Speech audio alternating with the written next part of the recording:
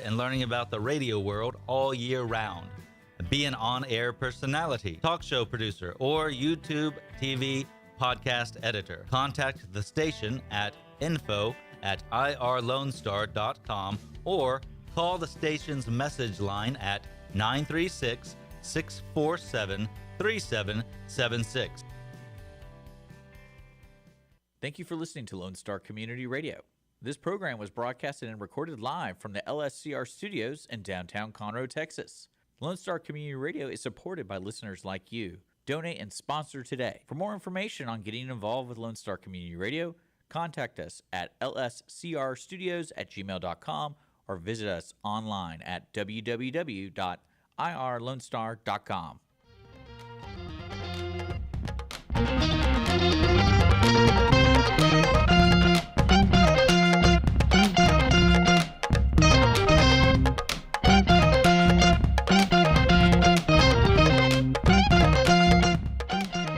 You're listening to the Cindy Cochran Show. There we go. You're a little bit late. No, you were messing with your phone, so I didn't know what you were doing. Well, I had to turn it off so it didn't ring right in the middle of it, and you roll your eyes at me and stuff. So Well, I'm going to roll my eyes regardless of that's what you true. do for the next hour. You sit in front of the mirror and practice rolling your eyes. Just No. okay, Cindy. I like to make it authentic.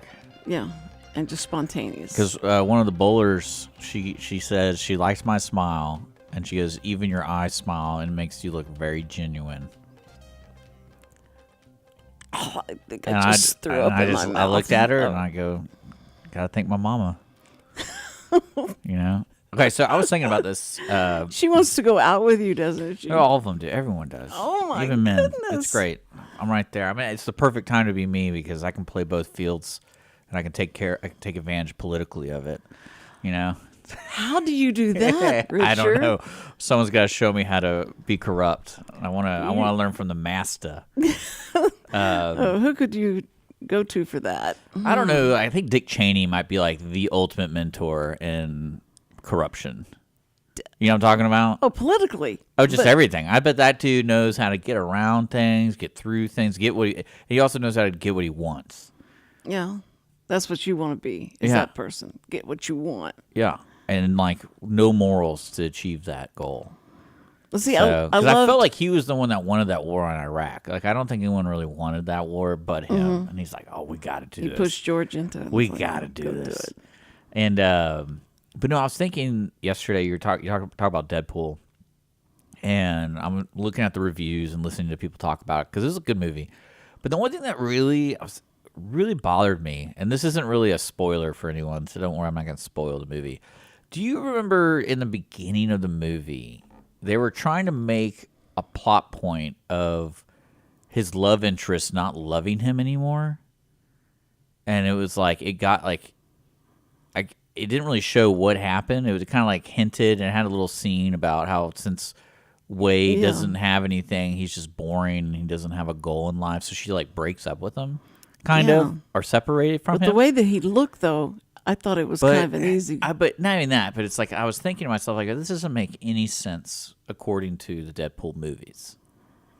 that she would treat him this way, because if you think about the first one, you know, he literally tried to save his own life so he could be with her. Right. And even though he didn't communicate well, he still came back at the end. It's like and saved her life. And it's like, hey, it's me, but I look like, a dried up pineapple.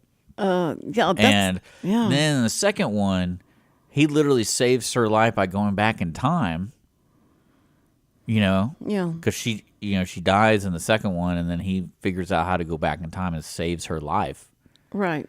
And then that's what really weirded me out, because this happened at the very beginning of the third one. It was like, because they did like a flashback scene. You remember that? And she's like, you just don't have any ambition. Like, I don't know what you're doing. Like, I can't be with somebody like that, or something like along those lines. I was like, what? So that still doesn't make sense to me. No, if she just said, I can't even eat dinner because. Well, she could do what every typical female does. Like, I just need to see other people. That's my favorite. Like, I'm just not happy anymore. That's my favorite. I'm just not happy anymore. Yeah. Well, I like it. I just think, I think it was his To me, it was his looks. And if you say Well, there you was think there was it's- all these jokes at the end of the first one and in the second one about his looks. And she got over it. She's like, it was never about that. It was about us. Mm-hmm. And so when she like goes, I can't see anymore because of us or something, I was like, he hasn't probably changed at all. Like, Well, but he didn't have any ambition to do anything. He didn't want to go out. So he she's wasn't like, Deadpool anymore. He didn't wanna- Right. That's what I mean. It's like, and he Yeah, but didn't like feel he it. got a job as a car salesman. Yeah. Like, but I'm just thinking of the lengths he went to or went through to save character wise to like be with her. Mm-hmm. And then she's like, you're a car salesman. Like, you just don't have any ambition. I don't know if that was a joke or that was like an inside joke or something. I don't know. Well, it was supposed to have triggered him, and Did it though? well, I mean, he was trying to get himself together, and he said, "I'm going to go save Everybody. my guys." Not just her anymore. He's gonna Yeah. save all the friends. I He's get gonna save that, all but it was his just friends. weird. Like I remember thinking about like that's such a weird way to write that character. Maybe like she didn't want to be in the movie that much, and so they didn't know what to do because she was the heart of the first one. Yes, right. It was like I think Yeah. it even opens up saying this is a love story. So she was definitely part of it, and then the second one she's definitely a part of it because he goes back in time and saves her life. But Well, to me, I don't know. I think there was so much action, so many bad words and stuff like that to distract you from trying to get too deep in the weeds. well, that wasn't even deep. It was just kind of like, what's going on here? Because I was like, because I thought I missed something. Oh, okay. Because the way they jumped to that thing where it's like, oh, you don't have any ambition, like you. Well, I mean, that's kind of a natural thing. If a wife starts feeling like the husband doesn't have any ambition and she's going to be on her own anyway, I'm going to get out of this. So what would be wrong with that? I mean, that's what happened to me. But then again, it's oh my like, God. Maybe that's what you're being too sensitive about. well, no. When I saw that, I was like, all that stuff that guy did, and that doesn't. And this guy like saved her life twice. So it's like, really, that's how you're gonna feel about it? It's just funny. It's just funny to me. I was like, why? This is stupid. I thought for sure they'd do something to transform him, or maybe it'll happen in the very last one. You think that was the last show, though, for Deadpool? Yeah, I think they wanted to focus on saying goodbye to like the old Fox superhero movies and make fun of Marvel as much as possible. The current Marvel. The current Marvel, yeah. Yeah. Well, that'd be fine. But boy, do you read into stuff? Well, I just remember seeing because I watched 1 and 2 like 2 weeks Before you watched it. before we went to go see it, and I was like, I don't really understand what's going on here because I felt like I missed it. Like, because I can understand if he did something really bad, you know, like he killed the wrong person, and it's like he became like a murderer person, like he's want to murder everybody. Yeah. But no, it was just kind of like, oh, you don't have a calling anymore. Well, And I mean, he did try out to be an Avenger. true. It wasn't like he wasn't trying. No. What did they say? I can't remember. Like whenever he got injured, did he get any kind of settlement from anyone because of that? Who? Deadpool. Did he get any kind of settlement from all of his what happened to him? No, that was like a black market test facility. No one knew it was even like, existing. Mm-hmm. Kind of like what happened to Wolverine. Like no one knew that existed when they made But him. they were kind of working for the government to save Kind people. of, and but stuff, black so- market. It was black market. No, and if anything, I think in Deadpool's sense, I don't think it was. I think it was a private company Oh, posing as like a military operation. so he okay. Yeah, I think that's because that was the whole point of the first one. Him trying to like track everyone down who did it to him. Oh, get back at him. Yeah. Revenge. Well, But yeah. I felt there was a If you- sequel coming. If you've seen the movie, let us know what you think. Because I was like, if that kind of weirded you out, I would like to talk about it. Because I was like, I feel like I missed something. I think to me, it sounds perfectly normal. I'm sure Andrew has something he wants to say about it. Y'all can talk about on Audience of How One. does that sound normal to you? It sounds normal because he gave up on himself, and when you give up I don't on think yourself, he gave up on himself at all. Well, that's what she was saying. Like he didn't have any more ambition. He didn't have any drive. But he did. He just didn't want to be Deadpool anymore. He wanted to be a car salesman. Yeah, but I guess she felt like what he was doing as Deadpool was much more worthwhile. I guess. And not being a car salesman. I guess. That's really... Him and Peter can be hanging out. Yeah. And so I understand it. I don't think it's right. I mean, she should have stuck with him all the way through, but it did trigger him to do something. Yeah. And so that gave us the emphasis. The whole movie, I guess. The movie. And it's stupid. But maybe I just wish they'd find a way, like AI discovers a way to put his skin back on him and make him look like he used to, and come back. Well, I think in the comics, the main issue with him is the reason he looks like that is because he has cancer all over his body. So his superpower is to regenerate, but his regeneration can't keep up with the cancer cells constantly killing the cells. Yeah. So it's like that's it's like right, a balance. The regeneration. Yeah, that's right. So he can regenerate like Wolverine, but he also has the cancer cells killing him every day. Every day. Well, that was supposed to be the tragedy of Deadpool, where it's like he's in constant pain. Yeah. Because he has cancer. He can't get rid of the cancer, but he's living forever. That's why he says such bad words, right? Because he was so frustrated and in pain. No, I think he's always just a joker. Oh. Because, I mean, he really genuinely looked like, and you felt like he was enjoying so much saying whatever he wants came to his mind, and he'd call you whatever you want and all that. That was, can you, let's see, I guess they were already saying a lot of bad words by the time you were cognizant of the movie script. Yeah. Right? That's what, I was just wondering if you remember the first time you heard a bad word on screen. I think the first time was Terminator, the original Terminator. The first one? Yeah, the original. I think I had the whole thing. You had nudity and you had curse words. You had everything. Oh, that's true. Who said the curse words? I don't know. I just remember that being like the first movie. I was like, whoa. Oh, that guy. Oh, the drug addict that had all of it. All the women. Maybe. I don't know. Do you remember that guy? I just remember the opening scene when he arrives on Earth and he goes up to the biker bar. Yeah. I need your glasses, like your shoes, your pants, and your jacket. That was amazing. And that guy was just haunting the one that kept running. That was cop. number 2. That's when we saw the cop? That was number 2, yeah. Well,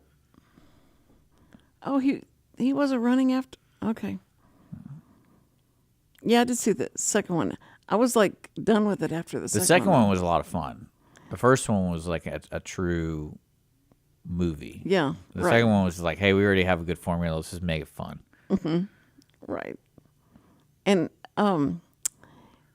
what's the director's his James wife? Cameron. Yeah, his wife was the woman that was in the movies. Yeah, in the movie. Sarah Connor. Sarah Connor. Yeah. That's not the actress's name. I think her name is Linda Hamilton. Linda Hamilton. I think so. Okay. Yeah. Well, they all did a good job. I mean, it was all good, and even Arnold was. Yeah. You know, he got some words out. It's funny because you saw where when he first started out in the movies, they would not give him more than one sentence to say. Yeah, why would you? And Sylvester Stallone's one was the same way when he first started because their accent. Well, I think that's what inspired him to write Rocky. Because he wanted to be a leading man. Yeah. And no one would cast him. And so they put him. He wrote his own movie. He wrote his own movie. And then won an Oscar for it. Yeah, and won an Oscar. And so that was giving it to the man. Yeah. That was very cool. That was such an inspiring movie. It was. I want to check something real quick. What are you going to check on? Yeah, so Talia Shire played Adrian, and she hasn't died. And I'm trying to figure out why they wrote her out of all the newer movies. Probably because she died in the movies, but like they didn't show her, and it was just like, oh, she had cancer. Probably. So I always thought that was the weak part of the newest ones, because Adrian was such a huge part of the originals. Well, it was so odd to me because she was so homely and looking, and they made her look that way right in the very beginning. But then she was supposed to have been like glamorous, or like the makeup artist came in and did all that stuff, and it still didn't work. It was like it didn't match up with... Well, I mean, that's why there are certain scenes in the newer ones where he's talking. I want to say his name's Petey, the brother. It's not Petey. I always forget his name. She had a brother. He was like the kind of the grease ball.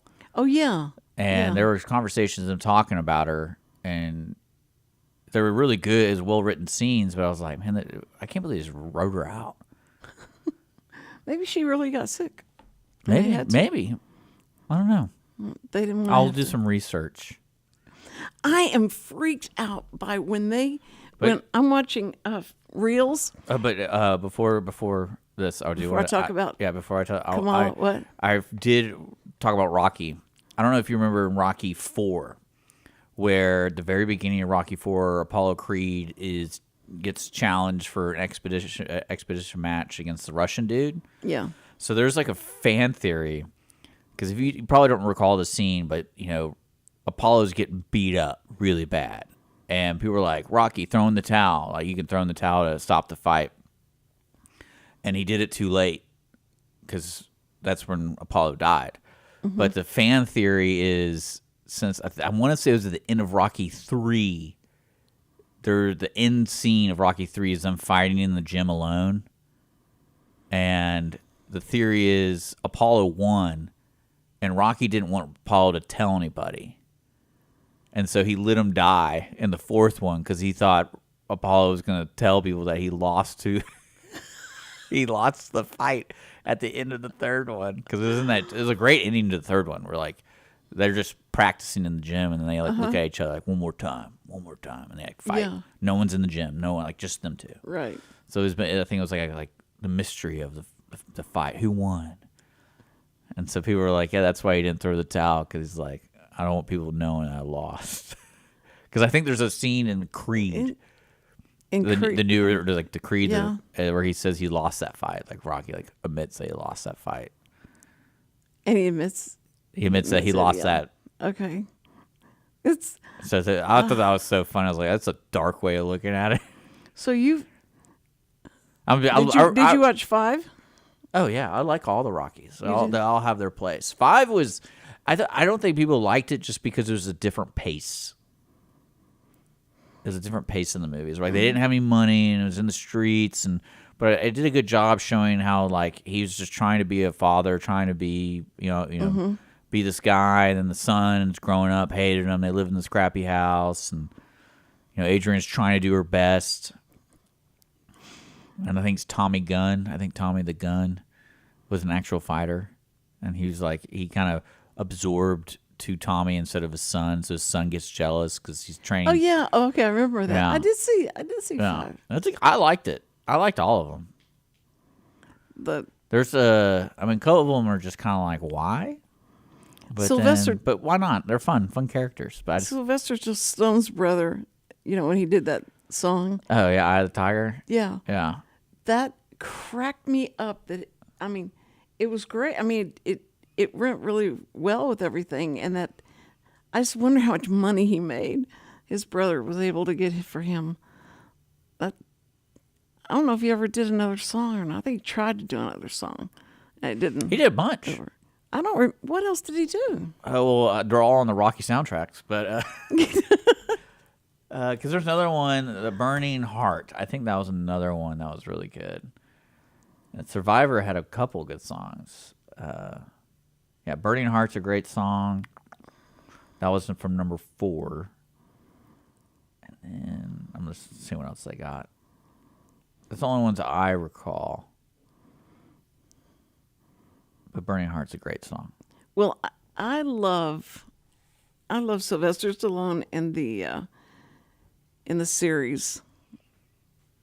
I can't remember the name of the series. The series that he Escape does Plan. No, the one. No, I remember that.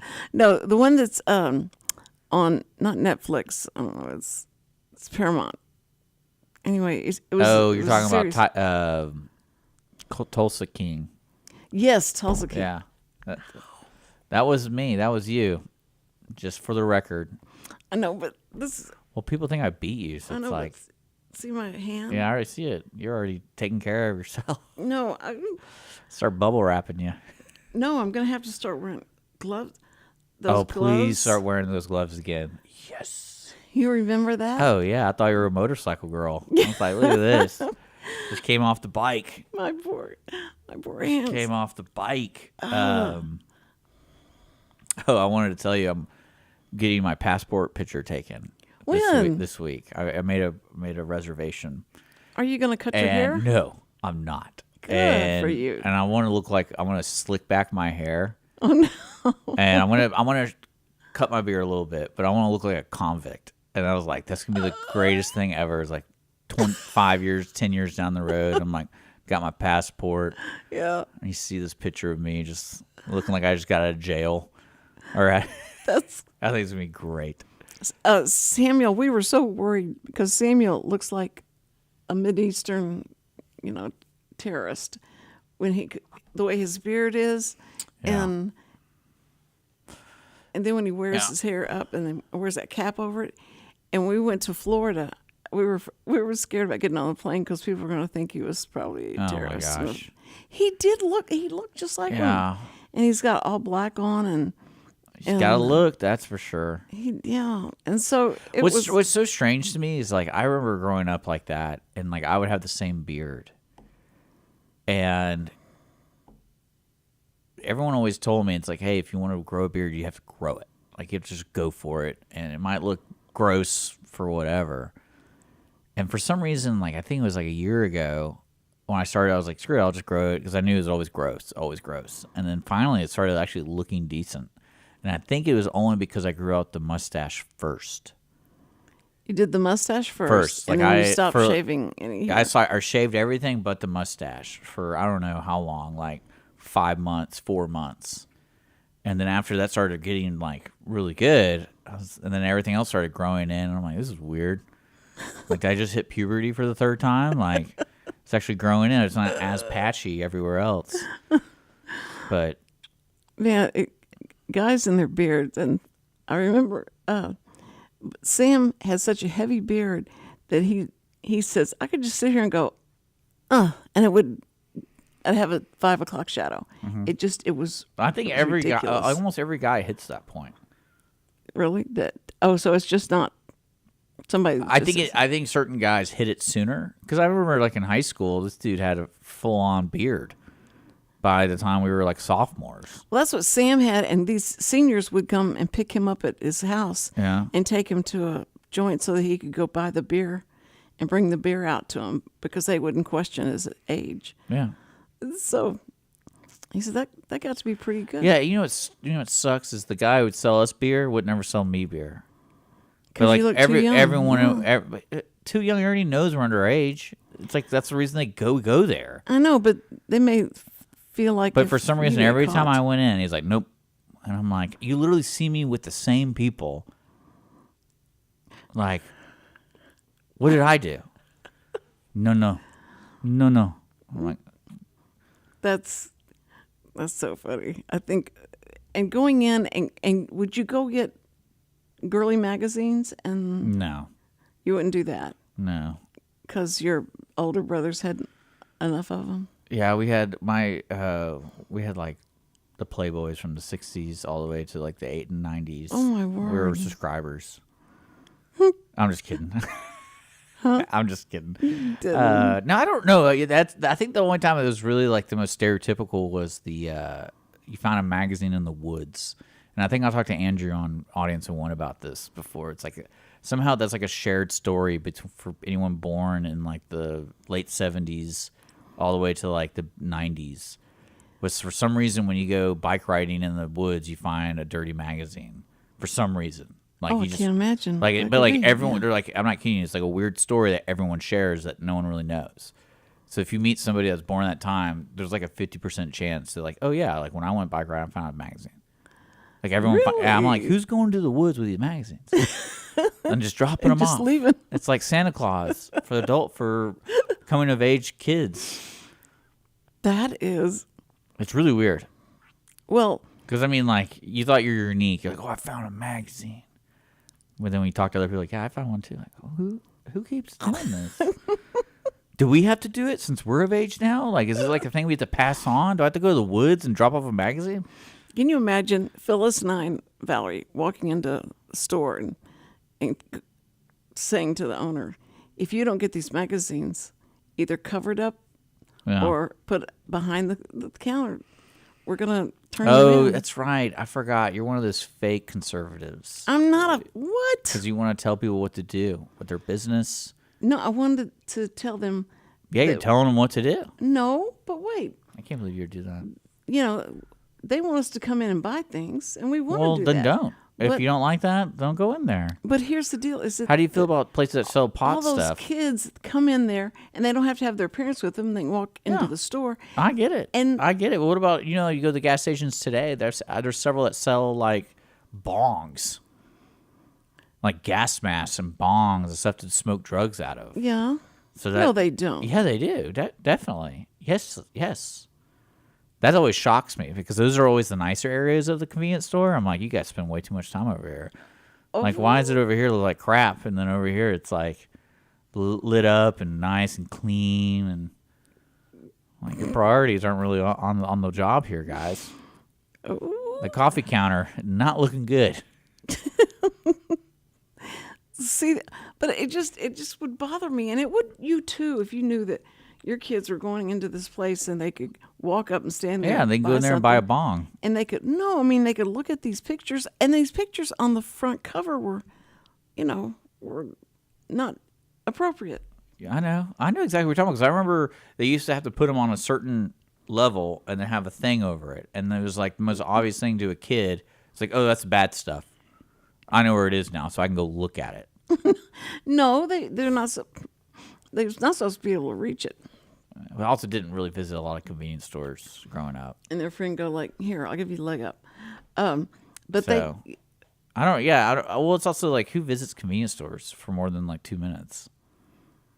Well, no, if you hanging out for a long time, who's hanging out at convenience stores? By the magazine thing. So, but anyway, why are you hanging out at convenience stores? Managers were going like, why? So you go in there and complain? Yes, I go in there and complain. You're ridiculous. I'm just trying to help the children. Not very conservative of you. Why would you say stuff like that? Just it's what you have. Going into business and tell them how to run it. I just want. Just let them fail. Look, they can be known. They can be known as the dirty magazine corner store, and everyone knows you're not allowed to go in there. It's kind of like that creepy neighbor you have. Don't go talk to Mr. Charles over there. It's like, don't go over by his house. He's going to shoot you. He's a little creepy. Don't take any candy. No, look, everybody knows that in those stores they have bad magazines. And the Not kids, every store. Well, the 7-Elevens and those. Not every. I don't remember every single store having that. There were certain stores they did because they knew their demographic. Because they're smart and made money from it. I see. So. Marketing 101. So that would be, that's the thing is that they go in there, they know they're in there, and they go in there, and it's right eye level with these kids. It's terrible. Now they just get on their phones. Now it's just like, done. No. See, I want to tell you, true. I want to pat you on the back. You did a great job preventing maybe one kid from seeing the magazine. At least it's just one. That's all that counts. Now every kid can see it on a phone. So you did a great job controlling that. Let me tell you, hard fight. You won the war, it looks like. Yeah. Well, at least maybe those kids now are 20 and 25 years old. No, I'm 30. saying, I can't imagine. I would never let my child have a phone. You would never let them have a phone? No. Not even like a safety phone. Like, you're just going to have to figure it out. No. Now, that's where I think it's wrong. You gotta make them remember phone numbers. You know how strong-minded they're going to be growing up, having that discipline of remembering phone numbers. Because if you ask any kid today, they might not even know their own phone number. That's true. But see, if you teach them, it's like, hey, if you're in trouble, always carry some change on you. And if you can't, just ask someone to use their telephone. They'll probably let you. Remember the telephone number. There you go. What's your address? I mean, that Yeah. I started doing that with the kids really early. Yeah, it's kind of strange. Because you knew they wouldn't have any way of telling someone. They don't know where they live. They don't know their phone number. They don't have phones. They don't have. But see, I believe that the kids, when they started going to school and whenever these school shootings started, Oh yeah, that was it. Because those kids. I can't believe you allowed them to go to school.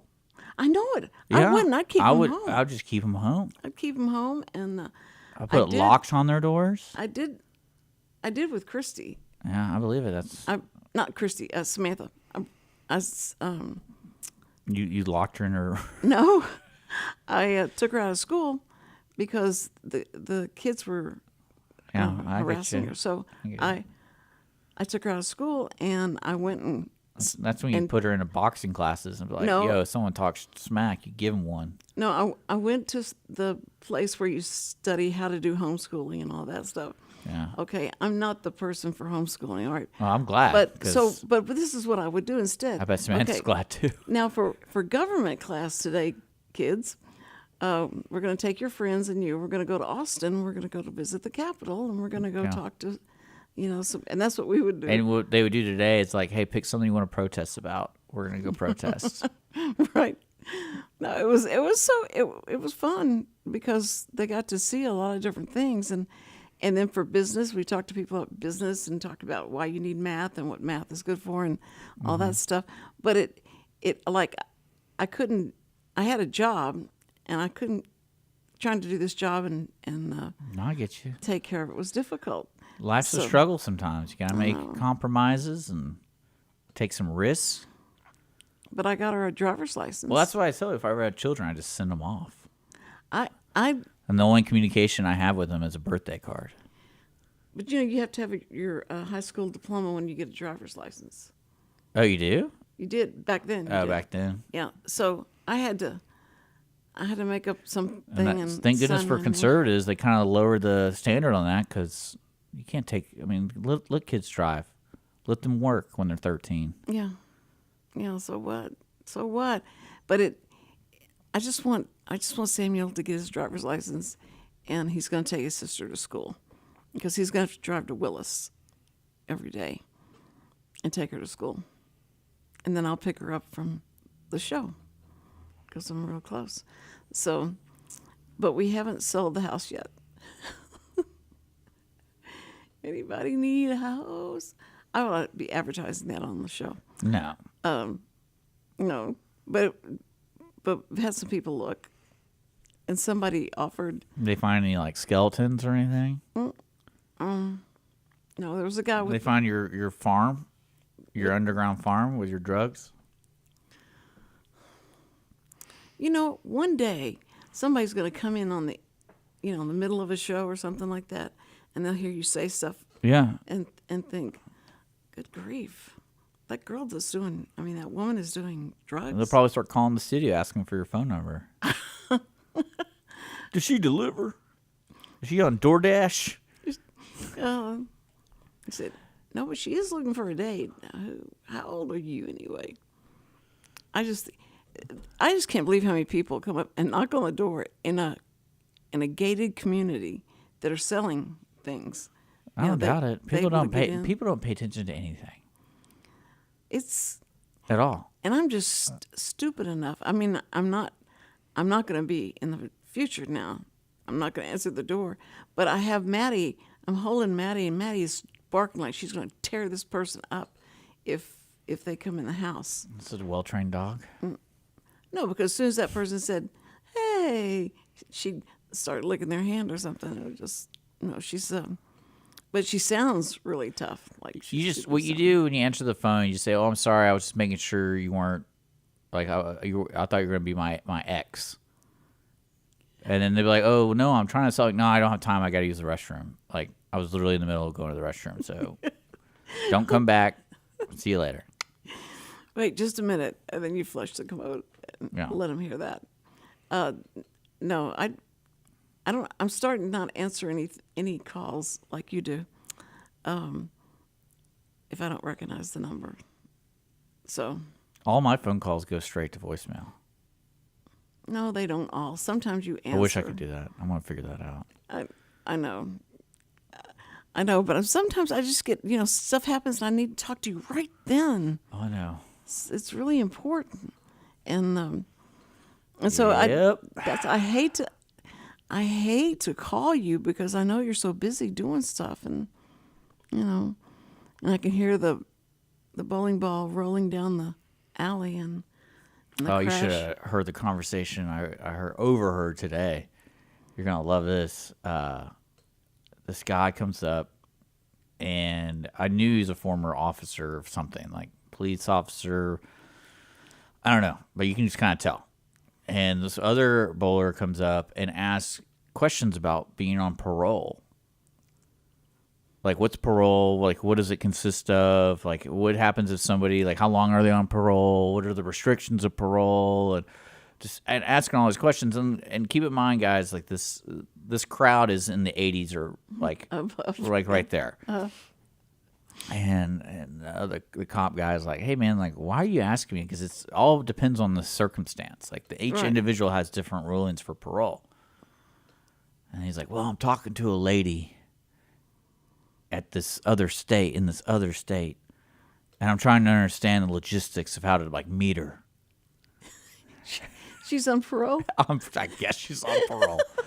Or he's on parole. No, I thought he was talking about himself, and I was like, dude, are you serious? Like, are you really on parole? And he's like, no. And I was like, oh, because that would have made my day. Like, I would never have guessed it. And but he's like, no, I've been talking to this lady in another state, and I want to meet her, and dude, like, sir, you start going into the story, and I'm sitting there going, like, this guy's totally getting fished. Like, she's probably gonna start asking for money, that kind of thing. And she's like, yeah, she was an accessory to murder, but she didn't do it, and she was just there, dude.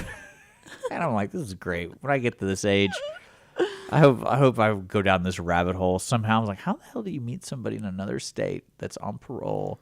Like, where do you go? Where do you go online to find somebody like that?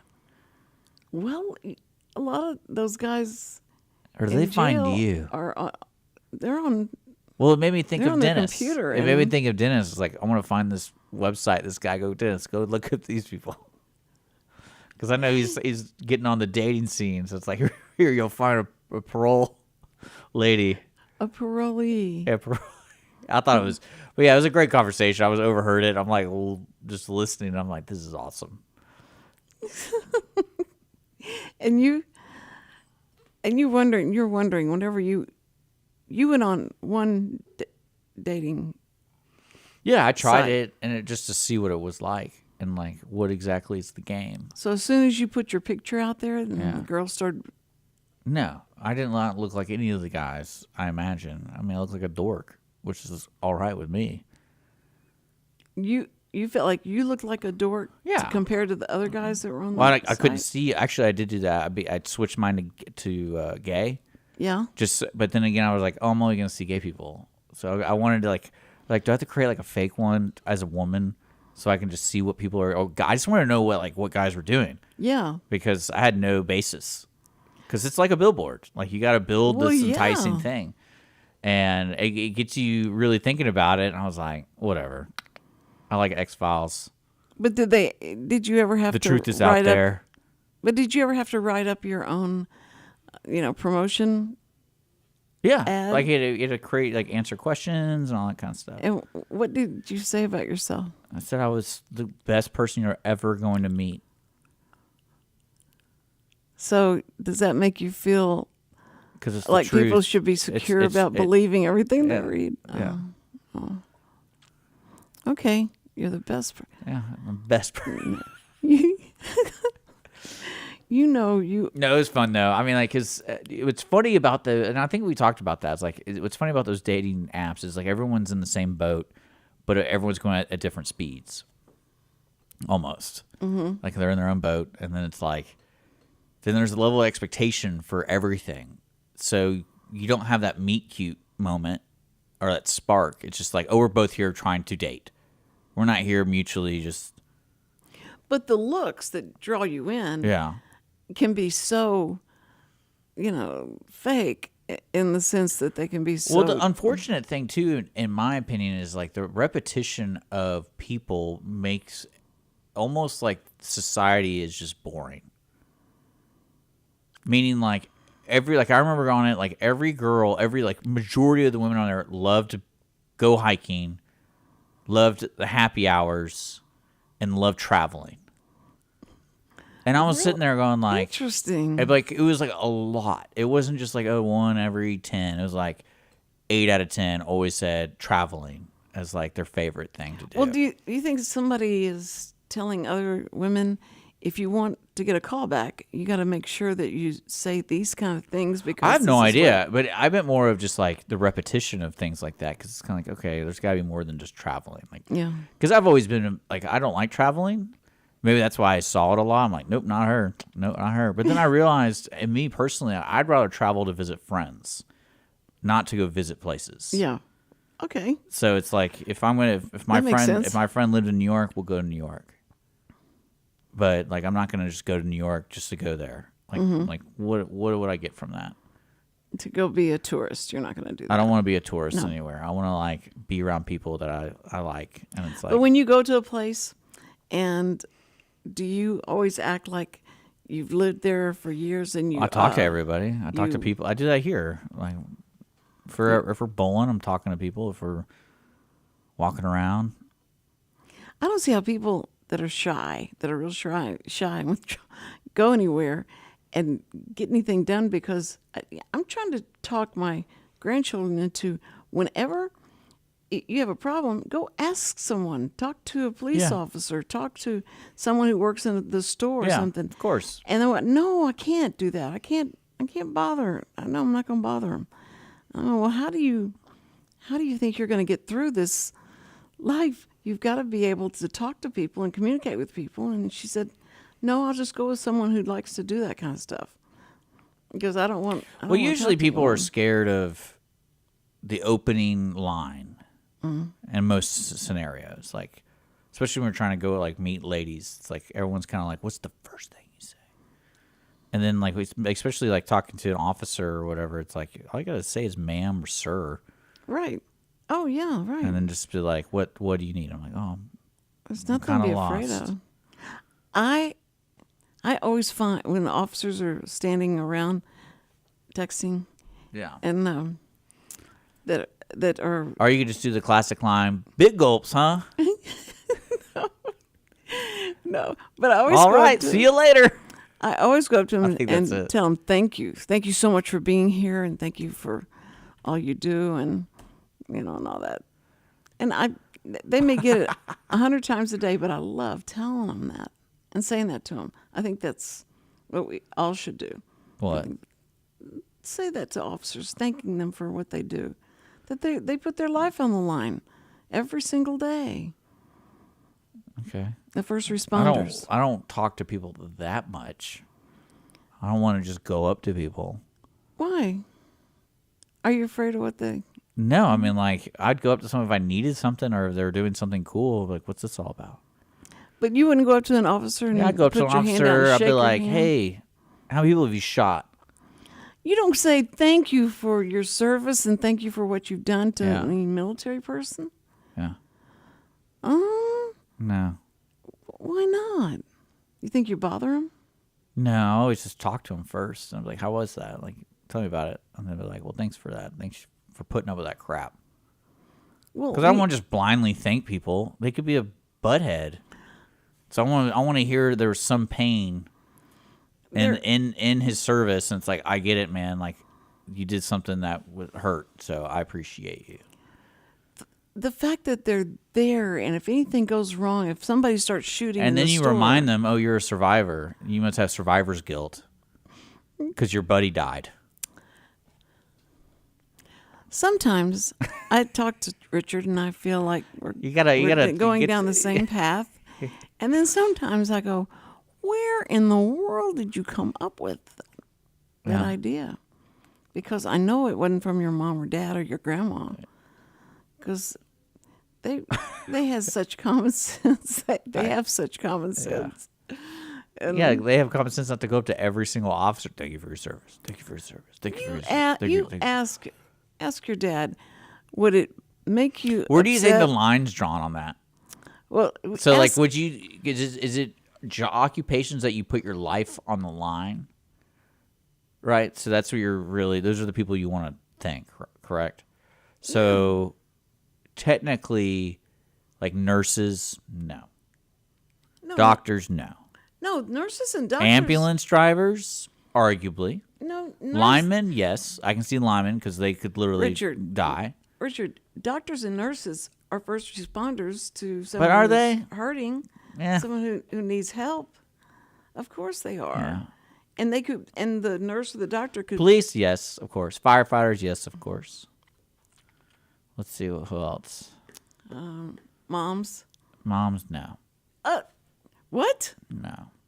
I'm not gonna thank them for their service. You're not going to thank a mom for Her service, her service to being her there sacrifice. whenever you get sick or you fall down or you fall off the bike. Who runs to you first? Your mom or your dad. But I'm not thanking her for her service. You don't have to put in those words. You just thank you for being my mom I'm just and loving me and being. So what I should do is thank everyone that hasn't killed themselves. So everyone I see, I'm like, hey, good to see you today. Thanks for not taking yourself out or counting yourself out. Is There that you what go. I should do to Yeah. everybody? Everybody and thank them for being born. Yeah, thank you for being born, but just say you're glad they were born. Or what you really want to do is carry around those little Bibles, and maybe I can get little Bibles that have just gibberish in it, and so I'm like, here you go. This is good. This is good for you. Parting Just gift. hand them the Bible. And it's just fart jokes or something inside. That would be pretty funny. Oh, Make it look like one of those mini Bibles. It doesn't like have the word Bible on it. just But it's says all, holy. but it's all, holy fart jokes or something like that. But it's all in it's in the font of the Bible and all that kind of stuff. Oh, that'd be great. Forgive him; he knows not what he says. You don't think that'd be funny? No. People would get a kick out of that. I think people You're would. mocking the Bible. No, I'm not. Yes, you are. You want them to think it might be the. Well, because Might every be time the you see a Bible. little book and people are trying to give little books out, Yeah. it's not my fault. Everyone immediately goes to like, oh, they're trying to hand them all these Bible thumpers. Ugh. It's not my fault. So I'm trying to balance it out so people will be more welcoming to the Bible thumpers. Have you ever seen those books? Because that one guy's going to go, man, this one guy gave me a fart joke book. Maybe it's going to be something like that. And then when he's like, oh, cool, another book, cool. And then he's like, oh, it's the Bible. Maybe I should read it, though, because now I understand that some things are funny, but this is serious, so I got to take it serious. I didn't So think look at there that. were Boom. any- Changed his life. Yeah. So There you go. you hand Boy. out the Bibles, I'll hand out the fart joke books. That was a real long way around to get back to, so you don't go to hell. So anyway, Oh, that'd be good. I think that'd be pretty funny. okay. Yeah. Okay. Now, if you Now got I that, kind of want to look it up. what are you gonna do? I want to see if there's a mini fart joke book. Now, see, I think flatulence is funny. I think So I it is. found Tiny Fart Diary. And there's a that. tiny. Oh, It's tiny.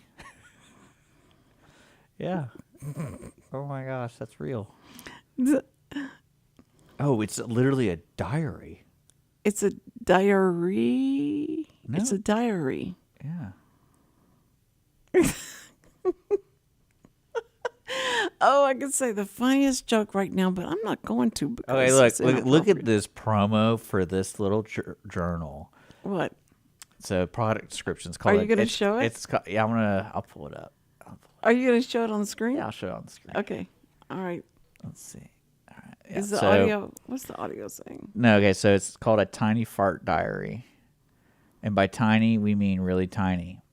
These 2.75 by 3.75 journals will help you remember the important moments of your life. You know, like those notable farts. It's like when it happened and they didn't mean for it to happen, or it was embarrassing. What happened? Is that what they're writing down? I can't believe. Think of all the memories your grandchildren will share when they flip through your book, this window of your gastrointestinal habits. That's great. And they even have stars on it where you can rate your toots. And like what you're supposed to do is you need toot. You're supposed to write what you're thinking. I think so you remember. That's great. That was the first thing that I like it. See, that's great. When you go, hey Google, and play those sounds and laugh so hard because the different sounds. $8. That ain't bad. I wonder if they give me a discount if I buy like a bunch. That's great. Look at that. Isn't that wonderful we have stuff like that in this world? That other people think like you do. Yeah. Well, I mean, it's just funny because it's like, oh, hey, I always wanted to write down my thoughts when I toot. When they started doing those videos about remember the preacher and and they make the sounds they interject, at the right time, and whenever he'd have his face like he's praying, but anyway, I hate that we ended on that. I like it. Shame on Cindy, you. it was wonderful to see you today. It was so good to see you. I'm not going to see you tomorrow, though, because I got to wait for a bed to come from American Furniture. Oh, yeah? Yeah. Do you have a guess for me? No, I would have told you. Okay. Well, I don't just randomly spring things on you. Because I already know I have to remind you. I have to put a mailer in. And then I have to email you, text you. And then tell all your neighbors, hey, can you remind, if you see Cindy, she's got a guest. Well, what are you going to remind me of as I get up to leave today? You're supposed to go across the street to your car instead of downstairs. Very good. Thank you. Because it's the first thing I would have done. I'd gone down there and I called you. Sometimes when you leave that door, I kind of go, am I ever going to see her again? That may be the last time you see me. That could have been the last time I just saw Cindy. Yeah. So I'm glad we talked about farts. You always want to do that with people. Maybe the last time I see you, so I want to be really nice and leave you with a really good thought, is that we love you, first responders. We love you, and we think you're so brave and you're just so not wonderful. Moms, not mothers. They're not first responders. Yes, they are. They're the first person that a lot of times that responds to a problem that you have. So they're your first responders. Maybe they were sorry they did. So everyone's a first responder then. Yeah. I love everyone. We love the ones that are running to the danger while we run away from it. Okay. All right. Love you. Call somebody you love, okay? Every week, people ask the same two questions. Are they ready to retire? Will their savings last for their lifetimes? Hi, this is Chris Wootton with Wootton Financial Group. Our firm has been in Montgomery County for decades, but the hopes and dreams of the people we serve never change. We help answer these two questions and many more that people have about their uncertain financial future. We have a simple introductory client experience that allows us to get to know the client and includes a few meetings for the client to kick the tires at no charge. We provide a concise, one-page summary that helps the client get a better handle on which questions are the right questions for them. To learn more about Wootton Financial Group's process in helping their clients to a clearer financial future and to see their contact information, visit Cindy Cochran's show page on irlonestar.com/TCCS. Wootton Financial Group is a proud sponsor of the Cindy Cochran Show. Wootton Financial Group is available by phone at 936-449-5952 or visit them on the web at www.woottonfinancial.com. That's www.woottonfinancial.com.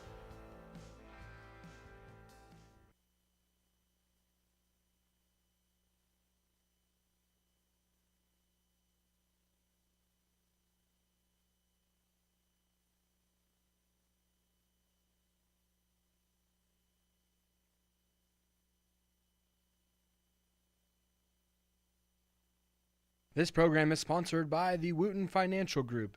It is not the intent of Wootton Financial Group to render or offer personalized investment advice or financial planning advice through this radio program or any related website.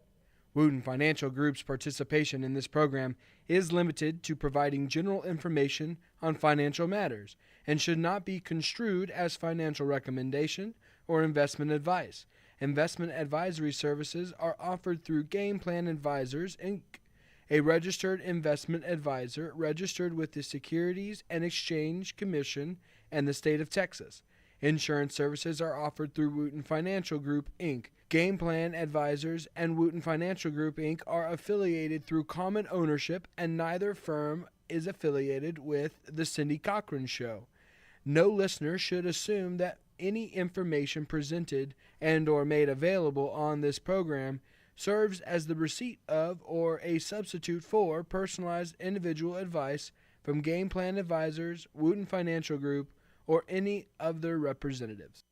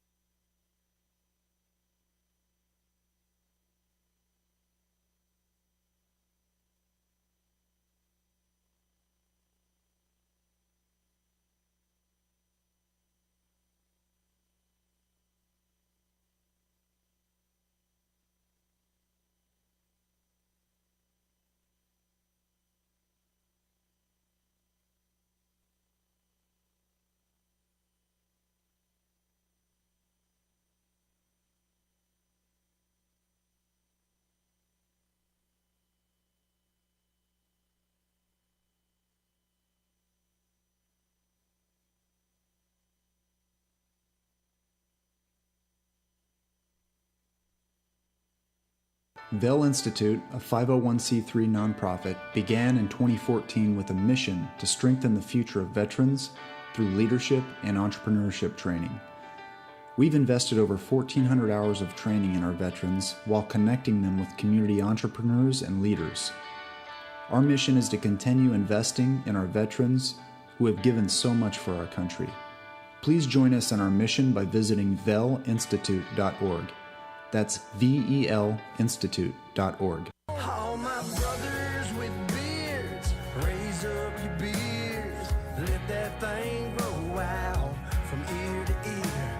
If you can't see my dimples, I'm so sorry, dear. This ain't no shave November, it's no shaving this year. All my brothers with beards, raise up your beards, let that thing grow out from ear to ear. They say you're so cute, clean.